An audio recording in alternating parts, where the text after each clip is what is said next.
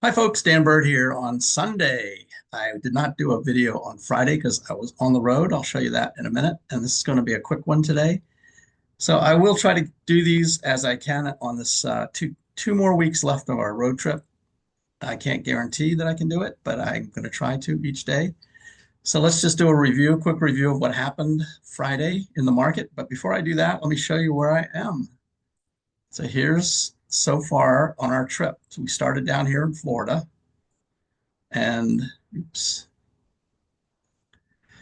went to Valdosta next, and then we went to Lake Lanier, and then Hamilton, Ohio. So this was the longest leg of our trip yesterday. And right now we're right outside of Cleveland, Ohio.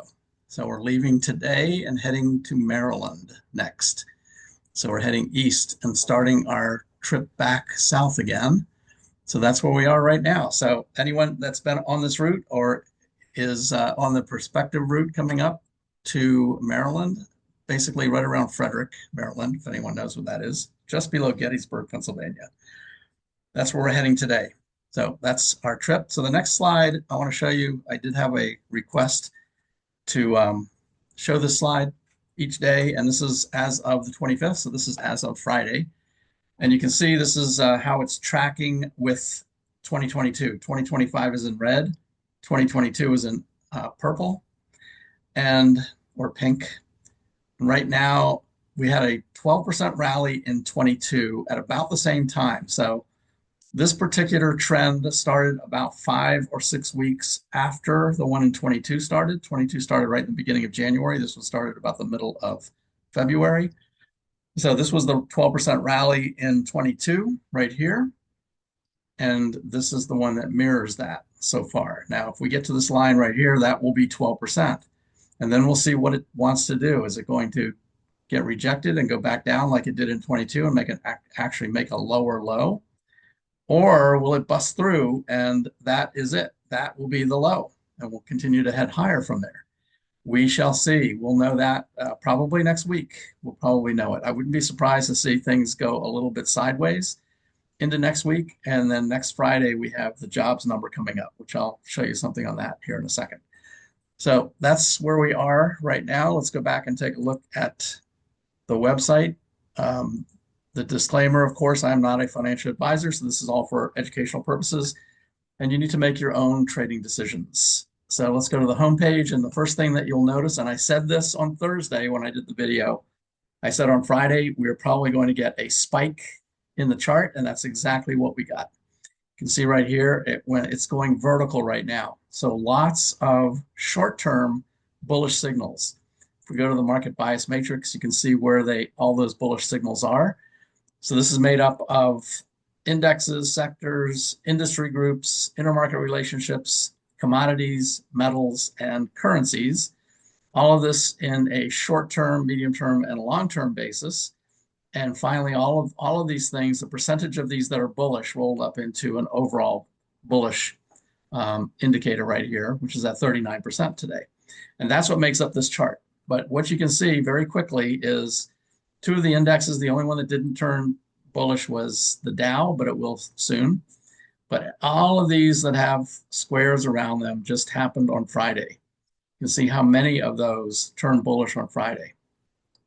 Pretty impressive. And there are a lot more that probably will cross over on Monday. So this will continue to go higher. So this has been a really, really good indicator over here, which way it's going. You can see the short term is the orange line. It crossed over and started going up really about 3 weeks ago. So that was giving us our first signal that things are starting to change.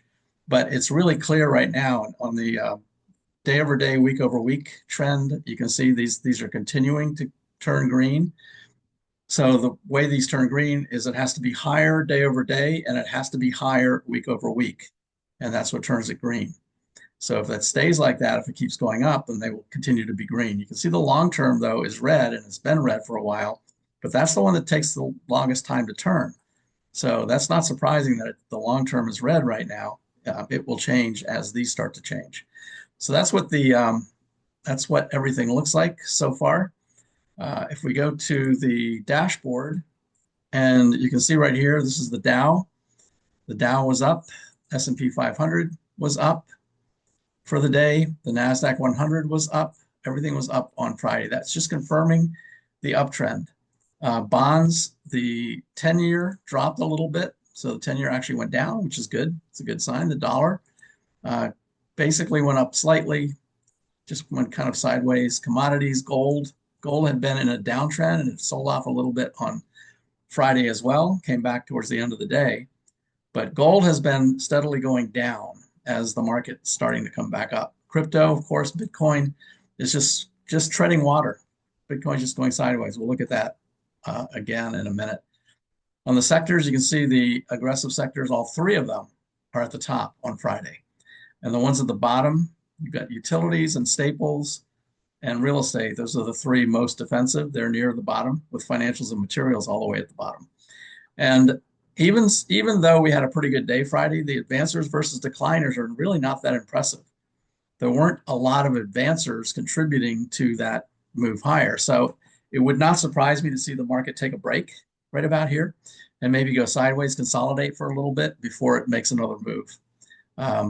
The industry groups for Friday: automobiles, number one; renewable energy, number two; semiconductors, number three. So you see right there, there's three aggressive. In fact, 1, 2, 3, 4, 5. The top five are aggressive. And then we've got software down here as well. So 6 out of the 10 are all aggressive sectors. So that's a good sign. Automobiles actually had a great day on Friday. If we look at my top 10 list, and I'll show you that where this comes from in a minute.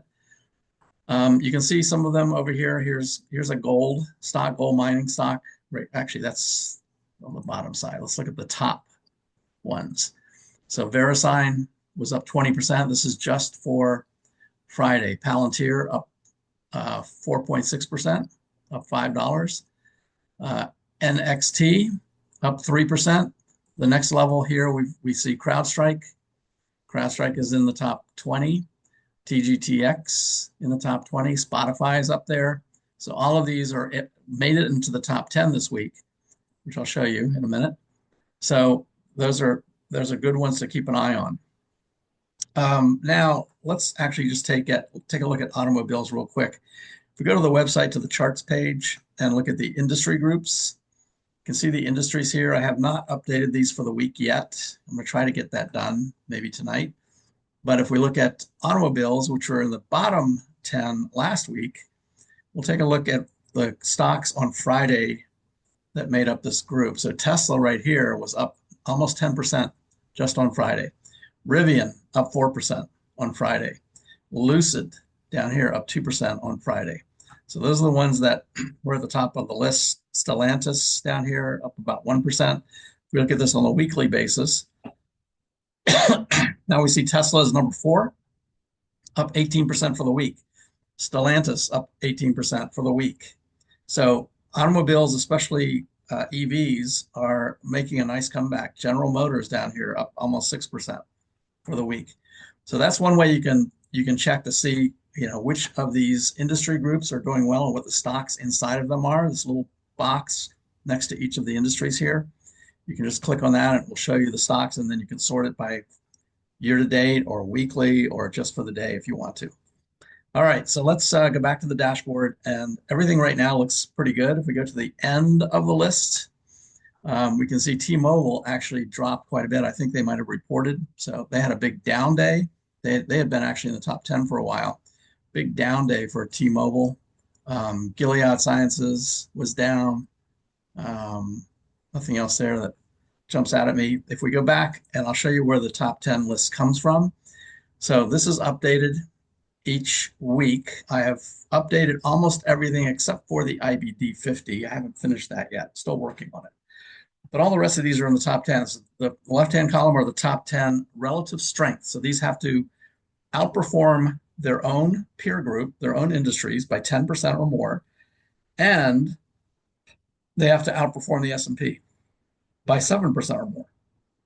And they have to satisfy both of those things. And that's how they make it into the top 10. You can see the ones with asterisks are the brand new ones over here for this top 10.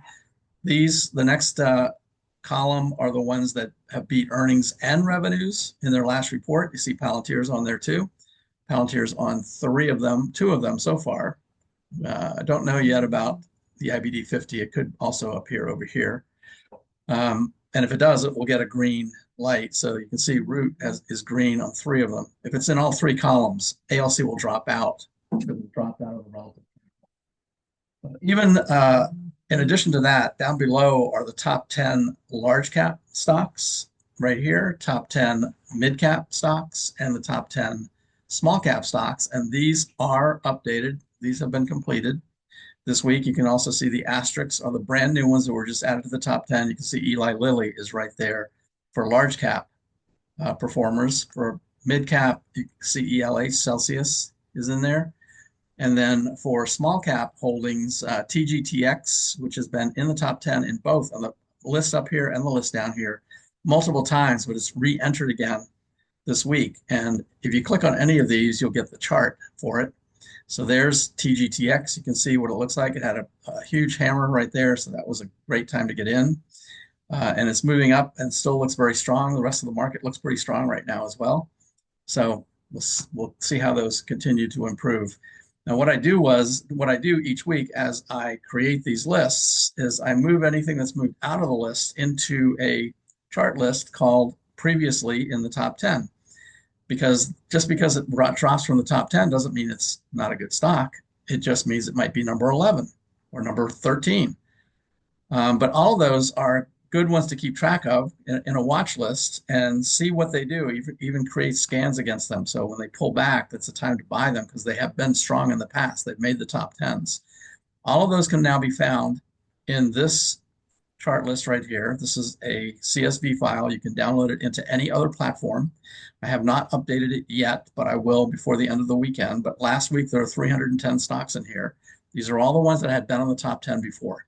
So you can run scans against them. You can look at each one. You can find the ones that are pulling back and then starting to turn around and go back up again. And this happens over and over again. One that I've noticed been on the list before, WGS. It's actually made it this week on two of them so far. I'm not sure yet about the IBD. I'll know more about that later. But you can see because it has an asterisk, it just came back on the list. This was actually at the top many times on these top 10 lists. So let's take a look at this one.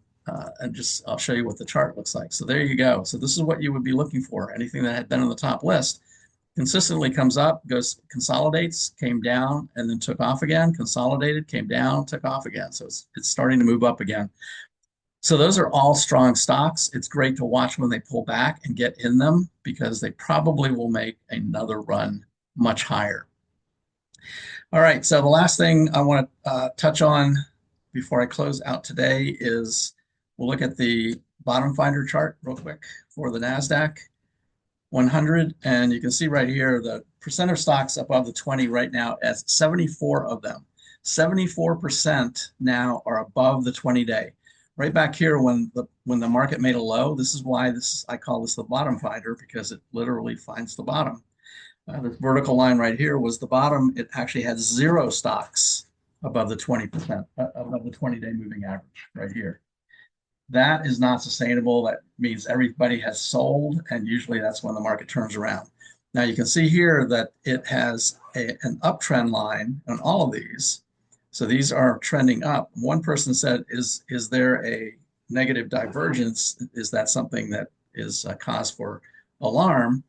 Well, no, there is not a negative divergence. So even though I've drawn this line, which means it's got a higher low on the percentage of stocks above the 20 and the 50 and the 200. However, the market itself is also making a higher low. So that is not a negative divergence. A negative divergence means the market makes a new low like it did here, and at the same time, this makes a new high, which it did not do here. If this is making a new low, that's what it's supposed to do. That's normal. If this is making a new high, a new higher low, and this is also making a new higher low, well, that's what it's supposed to do. That is not a divergence. So I just want to clarify that to make sure everyone understands. So Percentage of stocks above the 50 is at 35%, above the 200 is at 40. So there's still a lot more room to move up. You see the VIX is not below 20 yet, but it's coming down rapidly. And the put call ratio is coming down rapidly as well. So a lot more people getting bullish, buying calls. We'll see how long it lasts. We'll see if it mirrors 2022. If it does, it's probably going to hit that 12% point sometime next week. And then we'll see if it reverses from there. So one last thing, since next week is the jobs number, and a lot of talk about the jobs number is going to come in. And there'll be a much higher unemployment rate because there's lots of layoffs they're talking about. Well, yes, there are a lot of things being talked about, but they have not actually happened yet. So keep that in mind. So if we look at the claims, this is what I like to look at before the jobs number, and we'll do it again Thursday if I can do a video then. But you can see right here, the claims, unemployment claims is very low. In fact, it's still lower than it has been the last couple of months. So because of this, because no one's filing more claims for unemployment, then the unemployment rate is likely not going to go up. Now, right now, it is forecast to stay right where it is at 4.2. And I think that's probably what will happen. Probably will stay at 4.2.